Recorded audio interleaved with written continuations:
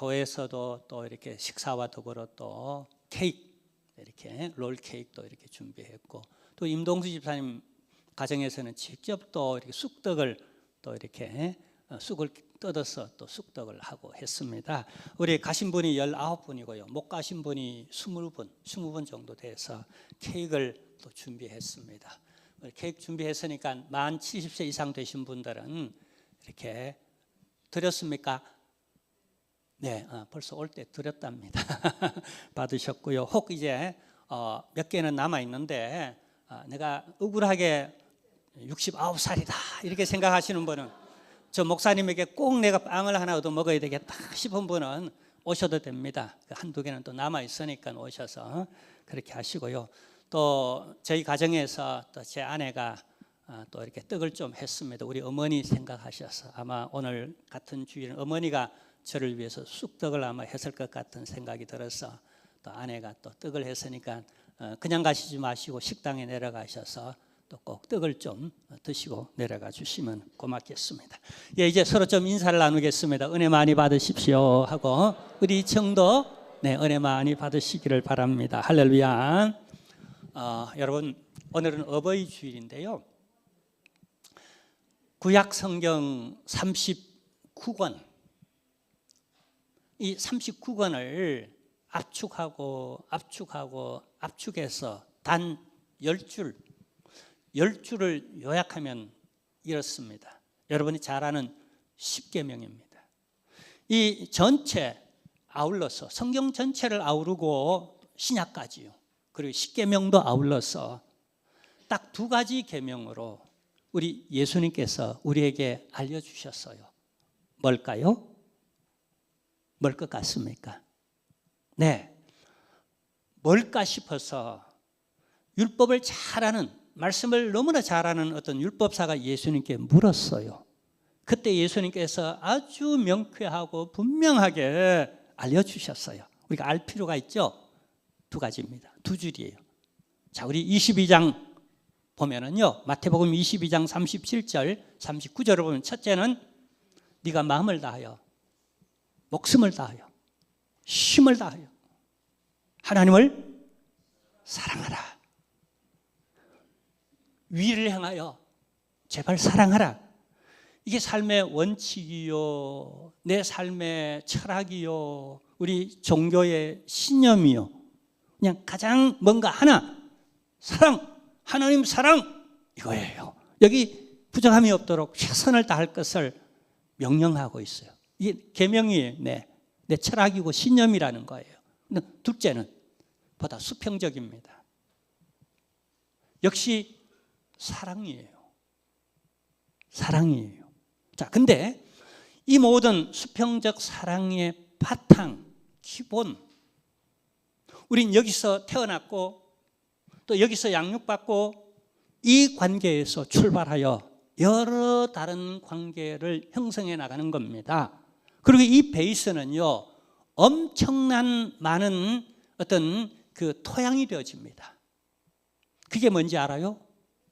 내 이웃을 내 몸같이 사랑하라.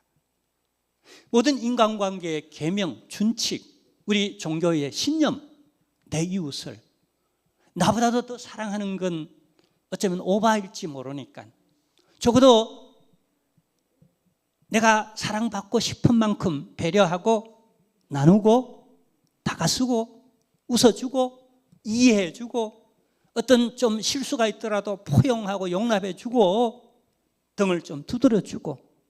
근데 여러분, 내 이웃의 출발점, 모든 이웃들의 바탕이 되는 그 근거가 뭔지 아세요? 일촌이에요. 일촌. 그 일촌이, 여러분의 일촌이 누구죠? 부모와 자녀 관계. 일촌이에요. 일촌. 근데 이 일촌의 관계가요, 여러분 자라면서 그 안에서 내가 사랑을 배우고 평생의 습관이 길들여지고 어떤 종교가 스며들어오고 어떤 태도, 가치관, 세계관. 여러분, 우리 보통 그런 말이죠. 3살 버릇이 8까지 가고 인생에 배워야 할 그 모든 것의 약 한 80, 90%는 이미 유치원 때까지 이미 그 바탕이 다 이루어진다고. 실제로 여러분 종교 상담, 심리적 상담을 하다가 보면은요, 어릴 때의 부모와의 관계가 평생을 좌우하는, 적어도 정서적으로 혹은 신관에 이르기까지 아버지와의 관계, 그 관계는 하나님 아버지와의 관계까지 신관에 엄청난 영향을 미치는, 어릴 때 부모와의 관계가 좋은 사람은요, 여러분 친구 관계가 좋습니다. 결혼해서 부부 관계도 좋습니다. 그리고 교회 나와서 주의 종들 또 성도들과의 관계도 좋습니다. 그리고 하나님 아버지와의 관계도 좋은, 많은 영향을 받고 있어요. 근데 어릴 때 좀 불우하게 자랐더라도 지금 인간관계를 잘하고 부부관계를 잘하고 또 하나님과의 관계가 정상적으로 잘 이렇게 해나가는 사람은 엄청 훌륭한 사람이에요. 교회 안에서 훈련받고 영적으로 많이 기도하고 하나님의 많은 은혜를 받아서 그게 되는 거예요. 할렐루야, 아멘. 자, 근데 이 일촌의 관계, 우린 지난주에 우리 부모들이 자녀에게 어떻게 대해야 할지 사랑이었어요. 그리고 사랑장을 가지고 은혜를 나누었습니다. 오늘 마찬가지입니다. 우리 자녀들이 부모와의 관계를 어떻게 형성해 나갈 것인가, 나의 일촌의 관계를 어떻게 형성해 나갈 것인가, 역시 한마디로 말하면 사랑입니다. 사랑. 자, 사랑하면 뭐가 되느냐 하면은요, 공경이 되는 거예요. 사랑하면은 순종이 되는 거예요. 여러분, 요한복음 15장은 우리에게 아주 깊은 진리를 주는데, 그 가운데 하나 보면은요, 계명을 지키는 것이 주님을 사랑하는 거고, 지킨다는 말은 공경하여 순종한다는 의미입니다. 그게 주님을 사랑하는 거고, 또 내가 주님을 사랑하면 주님을 공경하고 그분의 말씀을 내가 순종하게 되어진다는 거예요. 사랑은 순종이에요. 따라합시다. 사랑은 뭐라고요? 순종이다. 적어도 일촌 관계에 있어서 어릴 때부터 이 순종을 배워야 해요. 근데요, 요즘 아이들 이렇게 보면은요, 꼬맹인데, 아주 꼬맹인데 무엇부터 배우느냐 하면은, 한번 따라 할까요? 아니야, 아니야. 애가 그건 얼마나 강하게 자기 의지를 표현하는지, 뭐 얘기하면 예, 이걸 좀 더 크게 강하게 자기 의지를 좀 드러내야 될 텐데, 아주 그냥 인간이 죄성을 가지고 태어난다는 것은 아니야. 그래서 예 할 줄 아는 아이는요, 부모가 엄청 기도한 아이예요. 공을 들인 아이예요. 그게 쉽게 나오지 않아요. 그냥 내버려 두면은 아니요, 이걸 어디 가서 그렇게 빨리 배우는지 말이에요. 자, 여기 그런데 우리 1절을 보면 이렇게 말씀합니다. 자녀들아, 주 안에서 너희 부모에게 순종하라. 이것이 옳으니라. 자, 여기 먼저 이 문장이 명령어 문장으로 되어 있다는 겁니다. 그러니까 부모에게 순종하고 공경하는 것은 전반적으로 1절에서 3절 내용이 전반적 문장의 구조가 명령어의 문장 구조로, 계명적 문장 구조로 되어져 있다는 얘기입니다. 이 말은 부모를 공경하는 것이 하나의 권면이 아니라 하나님의 절대적 명령, 반드시 우리가 수행해야 할, 적용해야 할 내용이라고 하는 사실이에요. 우리가 이걸 어떻게 십계명으로 하나님은 못 박아서 삶의 우리의 원칙, 준거, 철학이 되도록, 신념이 되도록 그렇게 만들었다는 거예요. 할렐루야.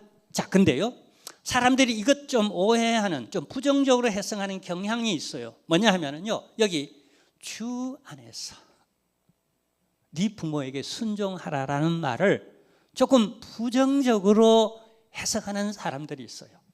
신앙적이 아니거들랑 순종하지 아니해도 좋다.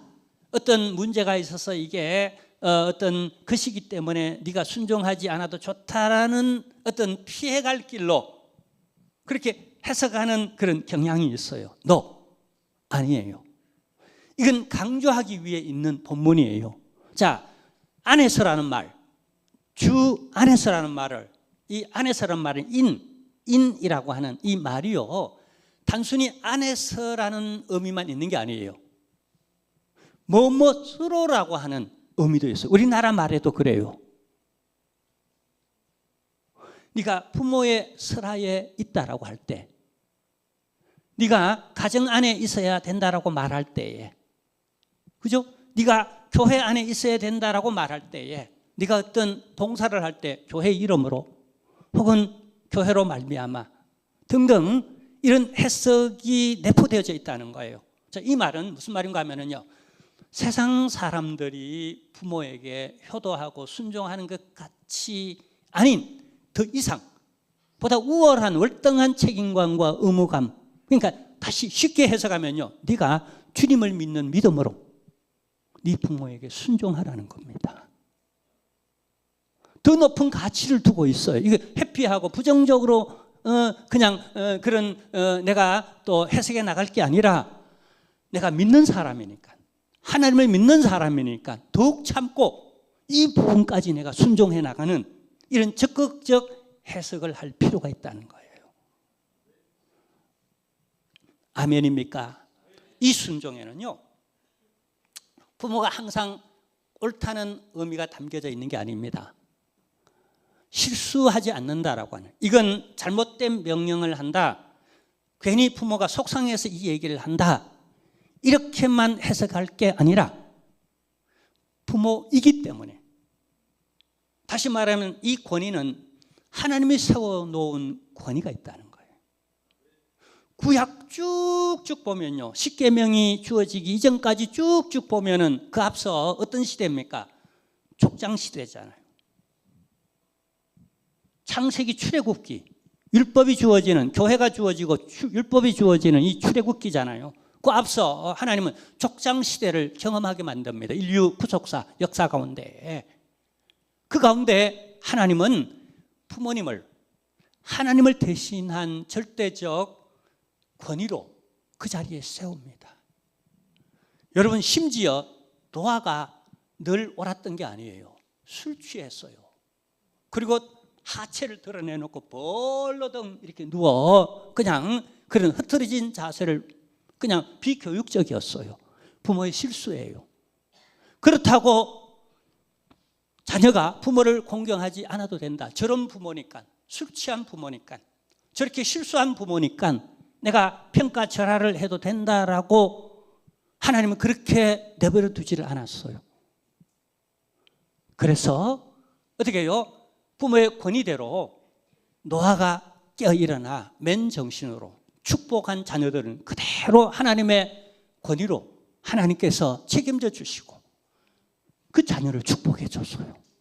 근데 그렇지 못했던 함, 너무나 잘 알잖아요. 함이 어떻게 되는지 그 결과를 너무나 잘 알잖아요. 공경을 하지 않았다는 겁니다. 여러분, 공경이라는 의미가 무슨 말인지 아세요? 예, 공경이라는 말은요, 히브리어로 제가 적어 왔는데,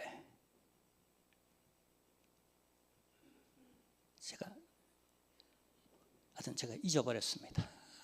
원어를. 근데 하벳이든가 제가 잊어버렸는데, 근데 의미는 압니다. 공경이라는 말 히브리적 본래의 의미는 압니다. 그게 뭐냐 하면은요, 무게를 두다, 가치를 두다 라는 의미를 가지고 있어요. 특히 어머니들을, 우리 자녀 세대가 나도 모르게 좀 무시할 수가 있어요. 어머니는 그것도 모르고 말이지, 어머니 그게 아니에요.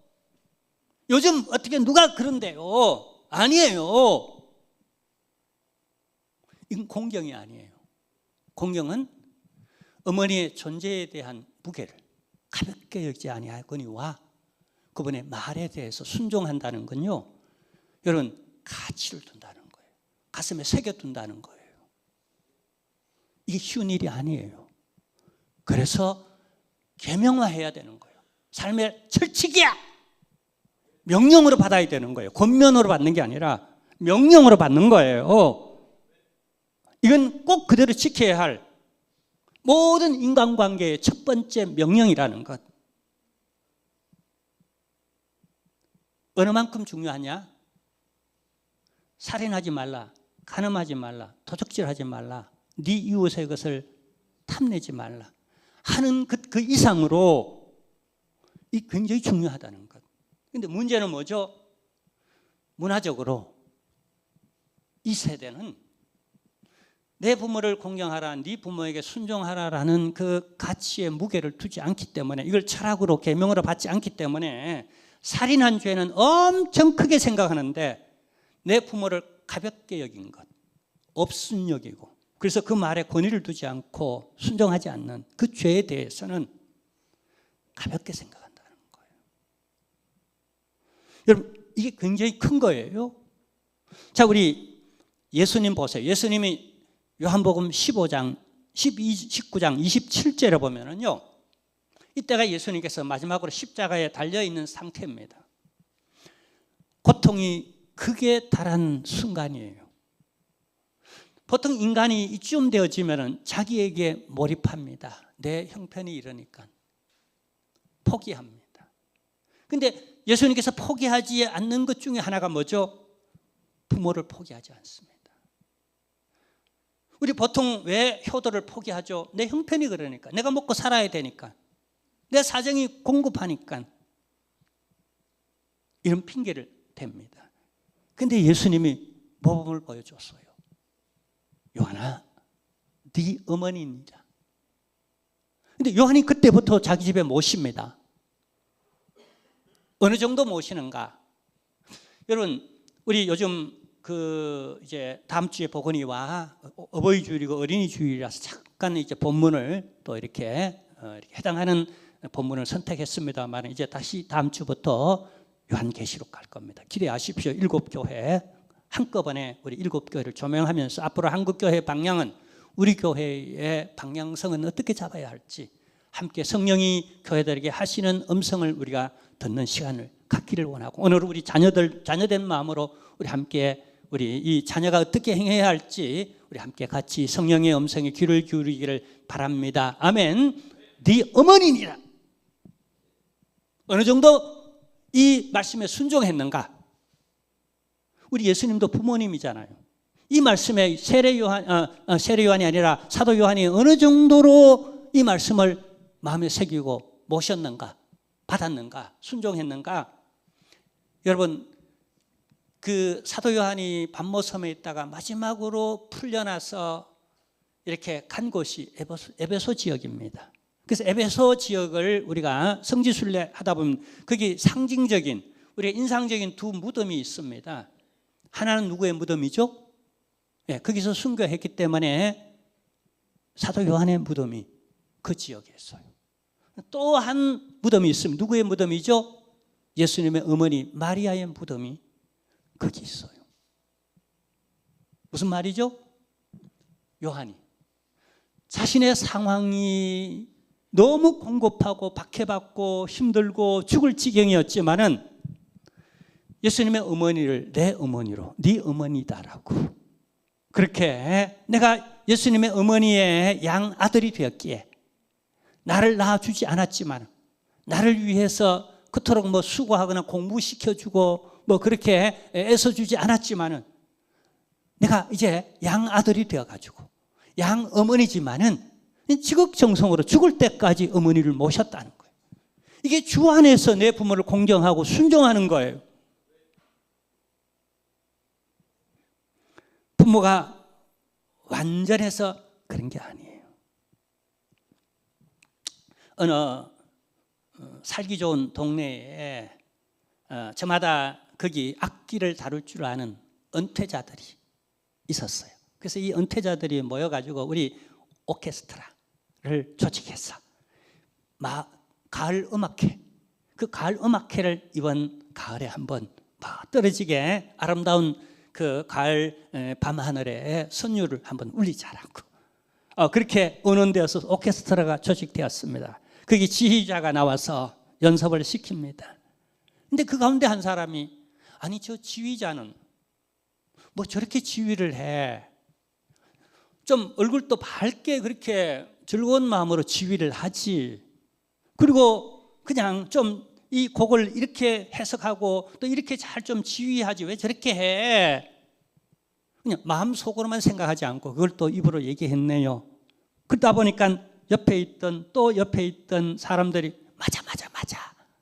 어째 저런데요? 좀 잘하지. 그러는 순간 저마다 불편해지고 그냥 나는 이런 식으로 했으면 좋겠다 싶어서 자기식의 소리를 냅니다. 1명, 2명, 3명 저마다 각기 자기 소리를 내는 거예요. 그러다 보니 연습은 연습이 되지 않고 그리고 그들의 소리는 하나의 잡음, 오히려 좋은 소리를 내기 위해서 오케스트라를 조직해서 음악회를 하려고 하는데 소음을 일으키는 그런 음악회가 되어져 가고 있는 거예요.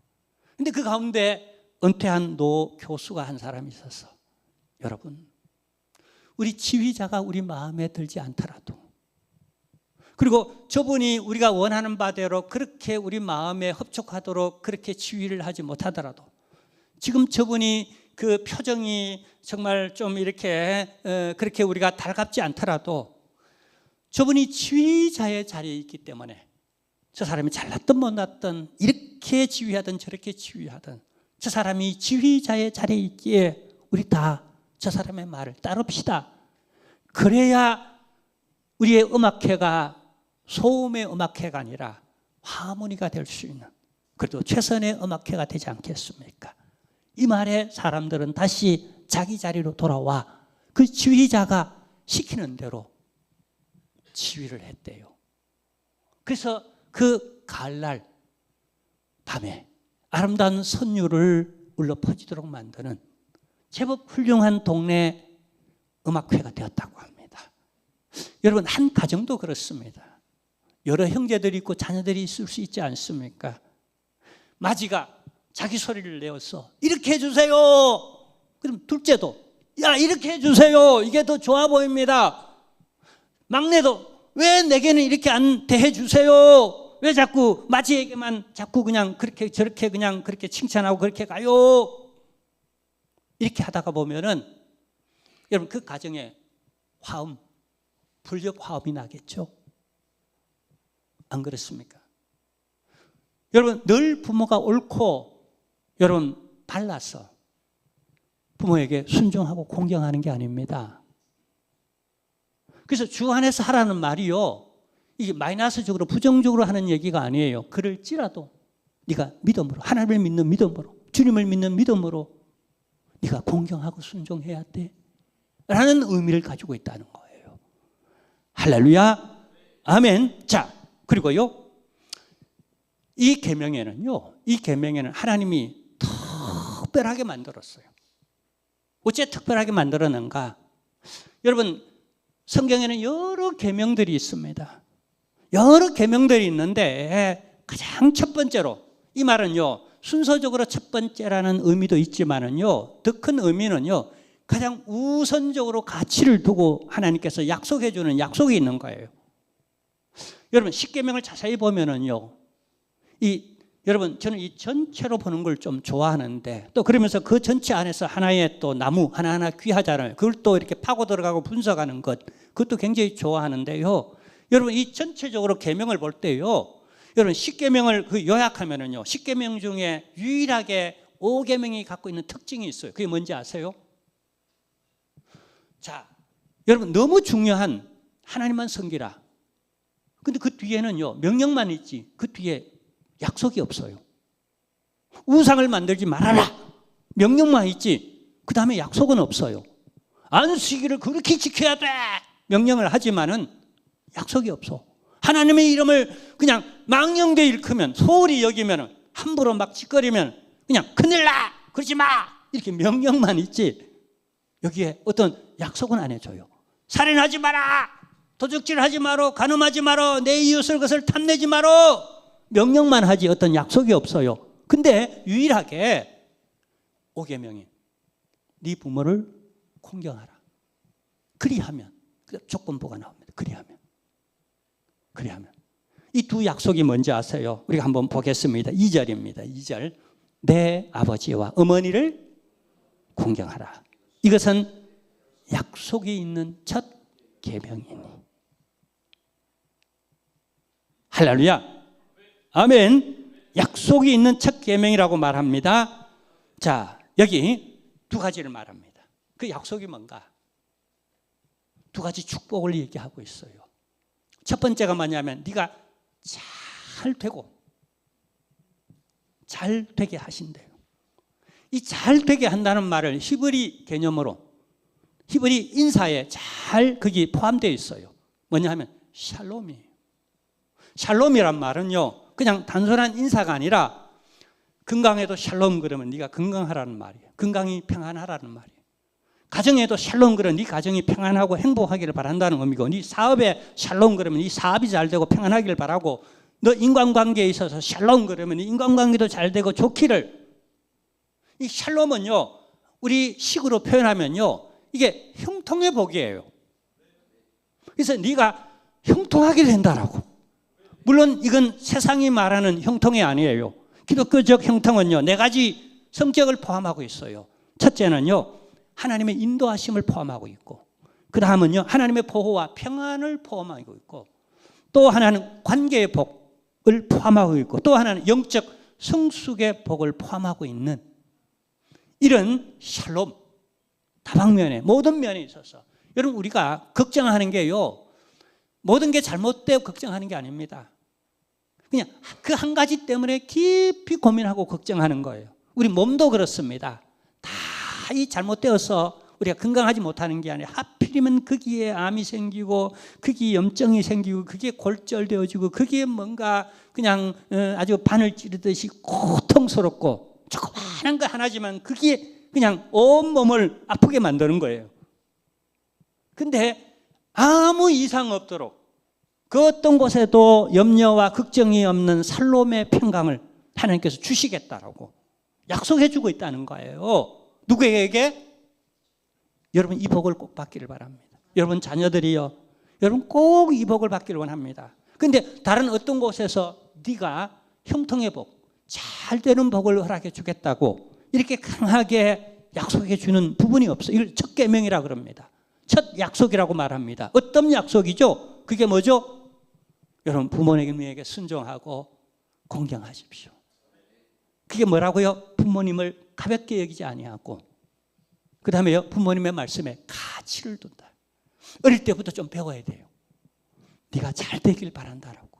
그러려면 네가 가정 안에서 다른 거 다 차지하고 네가 주 안에서 믿음으로 네가 부모에게 공경하고 순종하는 법을 배워나가라. 어쩌면 공부시키는 것보다도 어쩌면 그게 더 자녀들로 하여금 형통의 복을 받는 지름길인지도 몰라요. 적어도 우리 주님은 그렇게 자녀들에게 가르쳐주고 있습니다. 아멘입니까? 할렐루야. 여러분, 같은 부모 밑에서 오히려 그 기독권은 에서가 인간적인 면에서 훨씬 더 복을 타고났다라고 봐야 할 겁니다. 그러나 야곱은 우리가 아는 바대로 성미적으로나 또 여러 가지 기질적으로 정말로 에서보다 좀 역시 형만한 아우가 없죠. 그런 듯해 보였는데, 근데 결정적으로 에서는 가만히 보면요, 부모를 공경하지 않았어요. 순종하지 않았어요. 그 결과가 뭐죠? 이방 혼인했어요. 그건 부모에게 결정적으로 반기를 든 거예요. 그냥 이방 결혼한 게 아니라 이게 부모에게 결정적으로, 이러면 주 안에서 여러분 이게 순종한 게 아니에요. 이건 완전히 간 거예요. 갔어요. 환경이 이러니까 내가 그렇게 마음이 끌리는데 뭐 아니에요. 주 안에서 순종할 필요, 믿음으로 부모에게, 하나님이 그 자리에 앉혔으니까. 그죠?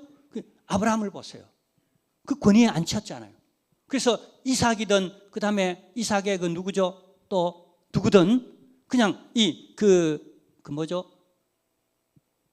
이삭의 형 그 시기, 하여튼 그 시기는 나중에 쫓겨나죠. 그죠? 이스마엘. 그 시기라 그래도 좋고 이스마엘이라 그래도 좋습니다. 그 다음에 야곱이 또 그렇게 그 자녀들을 축복하죠. 막 손을 막 이렇게 막 우측으로 좌측으로 하는 것도 막 그렇게 하죠. 이만큼 하나님은 부모의 권위를 세워주는 게 여러분 창세기는요, 족장의 시대, 그건 우리 신앙의 여러분 바탕, 시작, 출발점을 보여주고 있는 거예요. 그건 제네시스예요. 그건 출발이에요. 모든 출발이에요. 근데 그 부모의 그 출발의 권원 속에서 하나님 부모의 권위를 이만큼 우리가 생각하는 것보다도 높은 위치에 두고 있어요. 우리는 그 위치에, 그 하나님의 권위에 부여하신 그 자리에 지휘자에게 우리 모두 다가 부족하더라도 순종해야 되듯이 가정에서 지휘자가 누구죠? 가정에서 아브라함이 누구죠? 부모 아닙니까? 그죠? 여러분 이스마엘이 되지 마시고 그 시기가 되지 마시고 여러분 꼭 이삭이 되시기를 순종하는, 이삭의 여러분 이미지는요 순종하는 자녀죠. 근데 농사를 졌더니 몇 배로 복을 받았어요? 100배로 받았잖아. 근데 야곱은 좀 모자라도 결정적으로 어떻게, 너는 내 친족과 결혼하라. 신앙 안에서, 주 안에서 네가 결혼해야 된다. 하나님 안에서 네가 결혼해야 된다. 그걸 순종했잖아. 여러 면에서 부족하고 그랬지만은요, 그 순종한 거예요. 결정적으로 그 자리에서는 순종한 거예요. 그것 때문에 야곱은요 얼마나 복을 받았습니까? 네가 잘 되고 하는. 야곱은 나중에 거부가 되어 가나안 땅으로 다시 돌아오죠. 그리고 가나안 땅의 주인이 되어지죠. 그의 자녀들을 하나님 축복하죠. 샬롬의 축복이 그에게 임한 거예요. 이런 역사가 여러분에게도 있기를 바랍니다. 할렐루야. 자, 그 다음에 또 한 구절을 보면은요, 3절 여기 보면 네가 이로써 내가 잘 되고 땅에서 어떻게 하리라? 장수하리라고 이렇게 말합니다. 3절에 장수하리라고 말해요. 여러분 장수는 단순히 생명의 연장이 아닙니다. 질적 삶의 연장, 기회, 보람의 기회고 뭔가 하나님 앞에 뭔가 의미 있는 생을 살아가는 질적인 시간대를 하나님께서 늘려주신다라고 하는. 여러분이 정해진 수보다도 더 보람차고 더 질적으로 은혜롭고 평화로우며 행복한 시간대가 늘어나시기를 주님의 이름으로 축원합니다. 아멘. 자, 여기 보면은요, 잠언서 3장 1절 2절을 보면은요, 이렇게 하나님 말씀해 줍니다. 내 아들아, 나의 법을 잊어버리지 말고 내 마음으로 나의 명령을 지키라. 이게 공경하고 순종하는 거예요. 무게를 두고, 그죠? 가치를 두고 내가 이 명령을 따르는 걸 말합니다. 자, 그러면 조건이 여기 있습니다. 조건절이죠. 2절은 그리하면 그것이 내가 장수하여 많은 해를 장수한다는 거죠. 그 다음에 평강을 더하게, 샬롬, 땅에서 잘 되는. 그러니까 단순히 장수하는 게 아니라 거기 건강하게 보람차게 복되게 오래 사는 이런 복을 누구에게요? 효도하는 가정에. 효도하는 가정은요, 나라의 임금도 감동받습니다. 그리고 온 이웃도 감동받아요. 하늘도 감동되는 거예요. 그러니까 하나님이 약속해 주고 계시는 거예요. 이 약속해 준다는 건 하나님의 의지, 그를 기쁘게 여긴다는 것. 그리고 그 사람을, 그 가정을 막 축복해 주고 싶은 하나님의 그런 기도 응답해 주고 싶고 샬롬의 다방면에 잘 되는 이런 역사, 그리고 그 가정은 오래오래 행복하게 잘 살도록 만들어가는 하나님의 의지를 명령한다는 건, 하나님의 의지를 약속한다는 건 하나님의 의지를 이렇게 강하게 드러내고 있는 거예요. 할렐루야. 아멘. 예, 이제 여기 나왔습니다. 공경한다는 말이 히브리어로 카벳 따라합시다. 카벳, 무게를 둔다, 가치를 둔다라고 하는 이런 의미를 가지고 있습니다. 할렐루야. 근데요, 지금부터가 중요합니다. 이게 이론입니다. 이제 지금부터 중요해요. 한번 따라할까요? 효도는 이론이 아니라, 말이 아니라 실천이다. 이 자체를 순종한다는 거예요. 적용이라는 거예요. 자, 그렇다면 어떻게 실천할 것인가? 여러분, 우선 가장 먼저는 우리 말버릇입니다. 말. 부모가 자녀에게 이 망할 놈 나가서 죽어, 이런 말 요즘은 그렇게 안 합니다. 그죠? 우리는 많이 듣고 자라났어요. 요즘은 그렇게 말하지 않을 거예요. 얼마나 이쁜 말을 많이 해줍니까? 왜냐하면 다들 부모도 배운 부모들이고 인격이 있는 부모들이기 때문에 그렇게 합니다. 근데 그래도 요즘 애들은 더 마음이 약해서 그런지 더 상처를 많이 받았대요. 부모한테.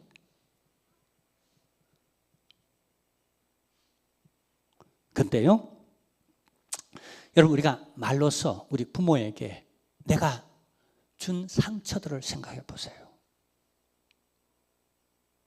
그래서 우리가 먼저 말로 부모를 공경하자는 거예요.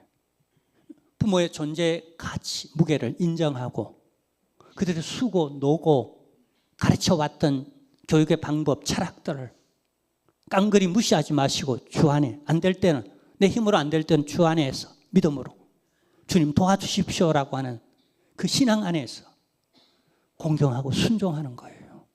그래서 실천 방안으로 먼저 좀 우리 말 버릇을 좀 바꾸자는 거예요. 어떻게 바꾸는가 한번 따라 할까요? 감사합니다. 고맙습니다. 사랑합니다. 나를 양육하느라 얼마나 수고 많으셨어요. 나같이 부족한 사람이 얼마나 속을 태우고 애를 태우고 그때까지 인내하고 사랑해주고 양육해주고 그냥 나를 내쫓지 않고 여기까지 나를 길러주시고 기도해 주셨으니 적어도 우리는 뭐는 할 줄 알아야 돼요? 감사할 줄 알아야 돼요. 그렇잖아요. 저는 요즘 그렇게 생각합니다. 나는 행복한 사람이구나.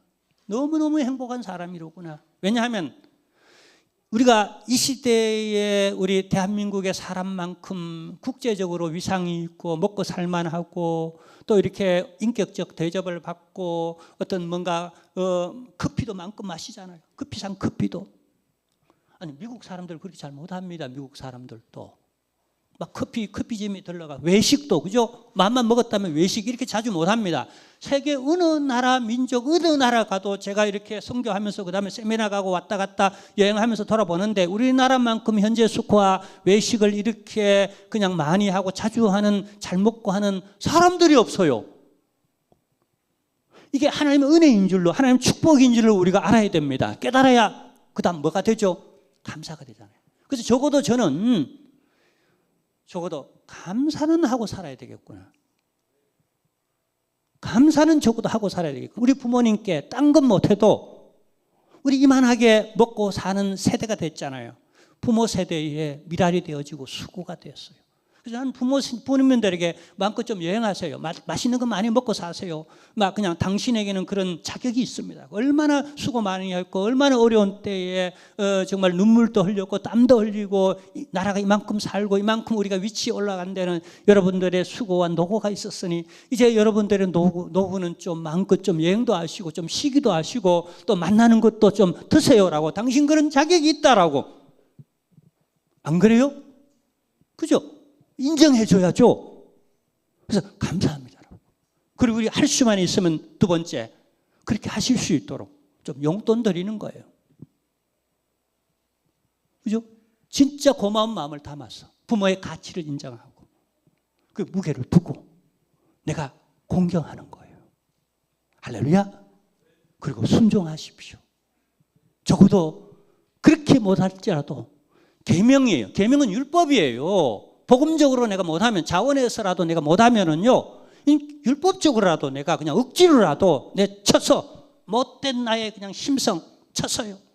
그리고 여러분 부모님을 이해하고 용서해야 됩니다. 자녀를 양육하면서 야단치고 회초리를 들어야 됩니다. 그럴 때 우리가 섭섭하고 또 부당 대우를 받았다라고 생각이 들 거예요. 그러지만은요 주 안에서 순종하고 공경하라는 말은 이제 사랑 안에서 다 용서하고 다 내려놓고 다 이해하고 그게 절대적 주 안에서란 말은 절대적 의미를 가지고 있어요. 믿음의 의미를 가지고 신앙적 의미를 가지고 있다는 거예요. 부모가 내게 이렇게 했으니까 그 섭섭함을 계속 곱씹으면서 묵상하면서 추억하면서 그래서 나는 이렇게 안 할 거야 못해 더 이상은 못해 이러지 마시고요. 부모는 우리를 1번씩 7번이라도 용서하며 받아들이고 이해하고 평생 잘 되기만을 기도하면서 그렇게 보내요. 그거 생각하면은요, 내가 상처받았다는 건요, 10,000번의 1도 안 됩니다. 부모의 은혜 생각하면. 잘해주고, 먹여주고, 재워주고, 공부시켜주고, 기도해주고 하는 것에 부모가 나를 섭섭한 건 사실은 알고 보면 10,000번의 1도 안 돼요. 부모님 생존하십니까? 여러분 축복이에요. 지금까지도 생존하십니까? 축복이에요.